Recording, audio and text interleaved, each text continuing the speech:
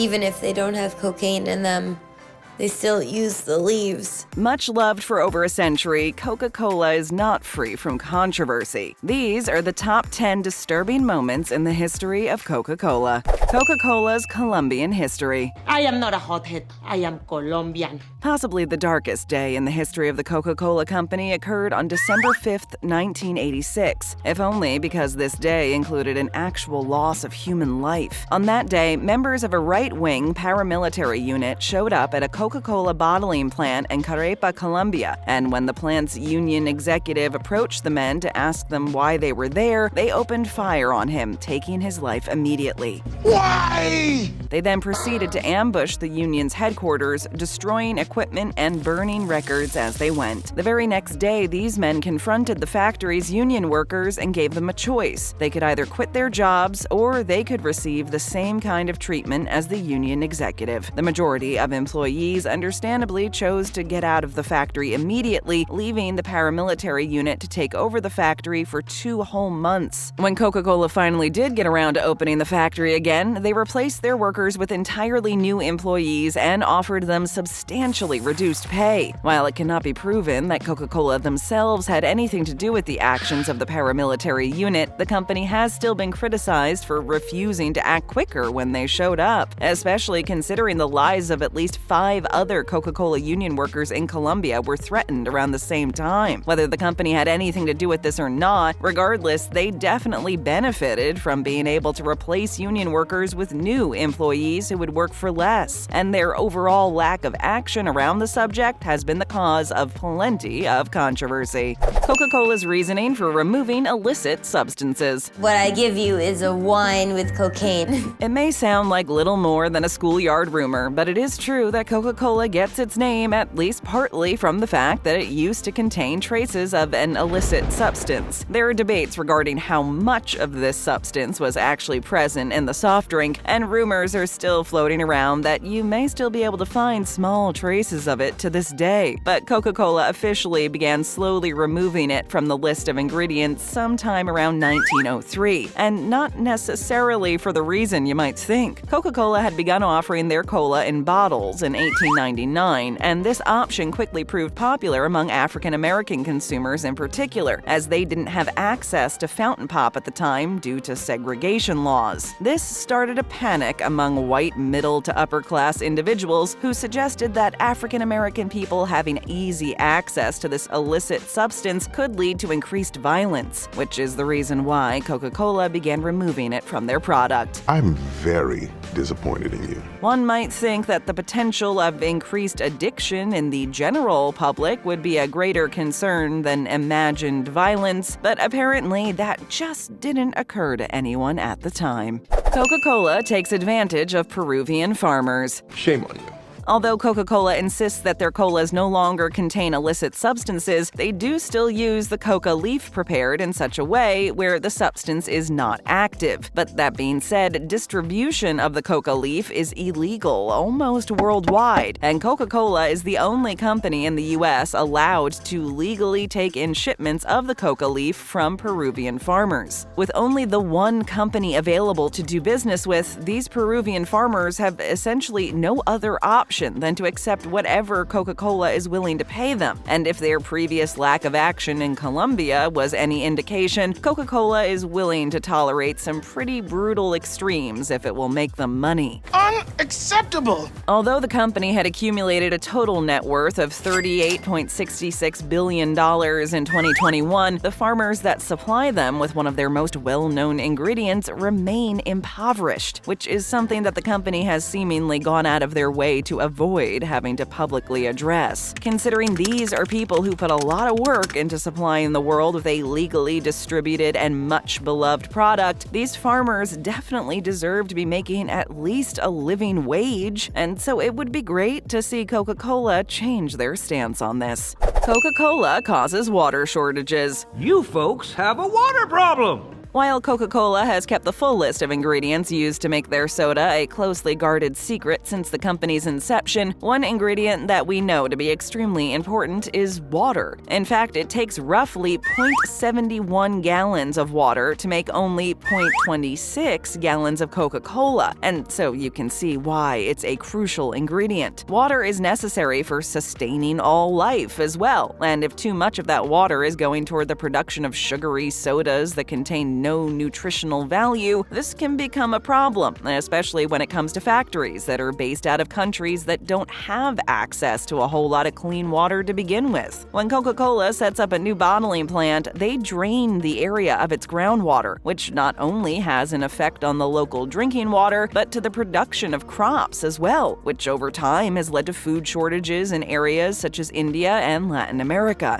Okay, that is sad. In fact, this has had an effect on nearly every aspect of the local lives, as groundwater is depended on for everything. A decade of protesting has led to one plant in India being shut down in response to this in 2015, but the Coca-Cola company draining developing countries of their groundwater continues to be a problem to this day. As we keep moving on, take a second to hit that like button, would ya? Thank you. Next! Just how unhealthy is Coca-Cola? If you want 0-calorie water, try Diet Water Zero Light. We all know that soda isn't necessarily the healthiest choice of drinks, but it's not like it can kill you, can it? You tell me. Well, in the case of mother of 8 Natasha Harris from Invercargill, New Zealand, it may just have. Harris suffered from cardiac arrhythmia at the still young age of 30, and the autopsy performed shortly afterward confirmed that her health issues could be linked to her excessive consumption of Coca-Cola. According to Harris's family, her addiction to cola was to the point that she would suffer from symptoms of withdrawal if she went too long without it, becoming shaky and short-tempered. Before her untimely passing, Harris had even been forced to have all of her teeth removed after the enamel rotted through due to her excessive soda consumption. The Coca-Cola company refused to take responsibility for Harris's passing, instead choosing to lay the blame on other lifestyle factors. But this case does open up the question of just how addictive is Coca-Cola. In no uncertain terms, the coroner who performed Harris's autopsy made it clear that her life could have been saved if she had consumed less of the soda. And the fact that she'd already been dealing with multiple massive health concerns that weren't enough to deter her definitely makes you wonder if something truly sinister could be happening here. Coca-Cola was very different before Prohibition. I'd like your $8-est bottle of wine, please. Believe it or not, more than one addictive substance has been found in the ingredients list for Coca-Cola. When company founder John Pemberton first conceived of the soft drink back in 1885, not only did it contain the illicit substance for which it gets its name, but wine as well. Back then, the drink was being sold as a tonic for nerves. However, it was only 1 year later that Prohibition was enacted in Atlanta, where the Coca-Cola company was based, and so the wine was removed and more sugar was added to make up for the change in taste. According to tests performed by the Paris-based National Institute of Consumption in the summer of 2012, over half of all colas sold today still contain small traces of alcohol. Just a little bit.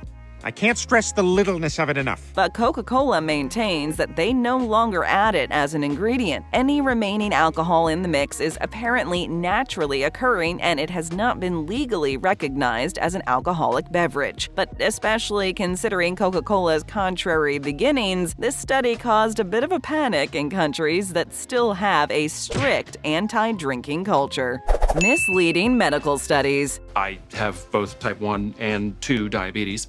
Ow! While it may seem like common knowledge that Coca-Cola contains a lot of sugar and that sugar has been linked to obesity, the company has been accused of minimizing just how concerned the public should be with the amount of sugar they use. In 2015, Coca-Cola paid $1 million to the University of Colorado Foundation in order to ensure that their research into obesity focused more on the role of exercise when it comes to weight loss than on what you put into your body. Coca-Cola was allowed to design the website for this research, research, hired academics who had received funding from them in the past, and at one point even admitted that their goals were akin to a political campaign. This led to the misconception that sugary drinks just aren't that big of a deal, while simultaneously putting the blame on their customers' lack of activity for their weight gain. Well, look, hey, it's all your fault. While it's definitely true that an active lifestyle will lead to a healthier body in general, it's difficult to deny that Coca-Cola may play a factor in obesity when a single can of soda exceeds your daily recommended amount of sugar, according to the World Health Organization. And yet, despite this, the company continues to maintain that cutting calories would not make a difference in their customers' health.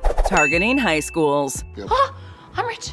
I'm rich. Tobacco companies aren't the only ones who've realized that you can make lifelong consumers by targeting young people. In the 1990s, Coca-Cola tried to do the exact same thing in American high schools. They began offering schools premiums of around $30,000 up front and then a commission in exchange for exclusive rights to sell their soft drinks in vending machines and the cafeteria. And considering these schools were often struggling to get by financially to begin with, many of them jumped at the opportunity. We need the money.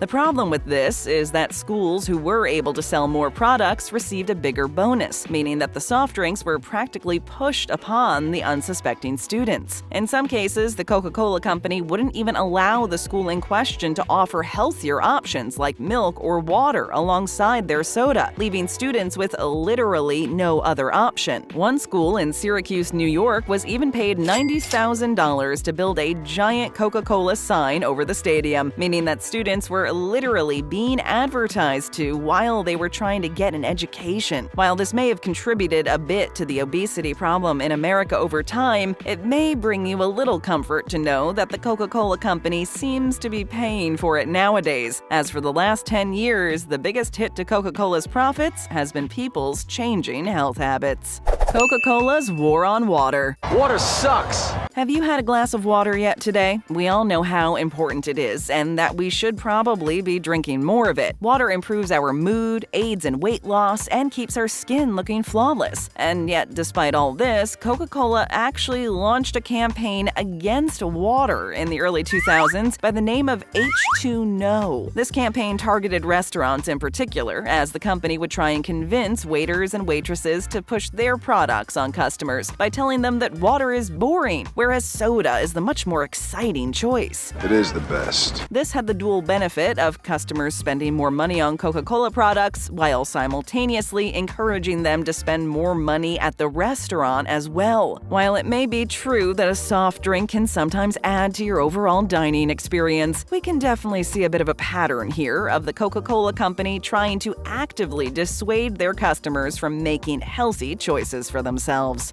False advertising. Fake, fake, fake, fake. There have been quite a few instances of Coca-Cola trying to sell their soft drinks by using a few stretched truths, some a little more duplicitous than others. For instance, over the last 50 years, Coca-Cola has been pushing the soft drink on indigenous communities south of the border with a focus on its so-called health benefits, which has led to some religious organizations, such as one church in Chiapas, Mexico, touting the drink as having magical properties. Some have even accepted the soft drink to have healing properties, and Coca-Cola has done nothing to contradict this belief in their local advertising. Why would you do that? Unless you're trying to trick me somehow. In an even more blatant instance of Coca-Cola engaging in false advertising, the company found that when they first moved into India, their soft drink just wasn't as popular there as they had hoped. Coca-Cola packed up shop and left India initially in 1977, around the same time that an Indian company known as Thumbs Up began selling their own soft drink. Thumbs Up proved an immediate hit in a way that Coca-Cola just wasn't at the time, which is why Coca-Cola eventually ended up buying and rebranding the company. You may have thought that you were supporting local by buying a Thumbs Up soda in India at the time, but the money was actually going into Coca-Cola's pocket all along, allowing them to bring their own cola back to India in 1993. I see what you did there. Good one.